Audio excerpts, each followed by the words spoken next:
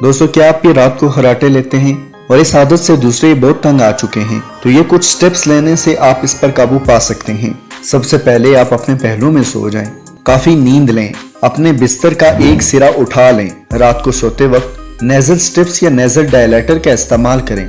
सोने से पहले शराब को महदूद या परहेज करें। सोने से पहले सुकून आवर अद्वियात लेने से भी इज्तनाब करें। अगर आप सिगरेट नोशी करते हैं तो तंबाकू नोशी को रोकने की कोशिश करें। एतदाल पसंद वजन बरकरार रखें। इन तमाम चीजों से आप स्नोरिंग पर काबू पा सकते हैं। मजीद और वीडियोस देखने के लिए चैनल को सब्सक्राइब जरूर करें।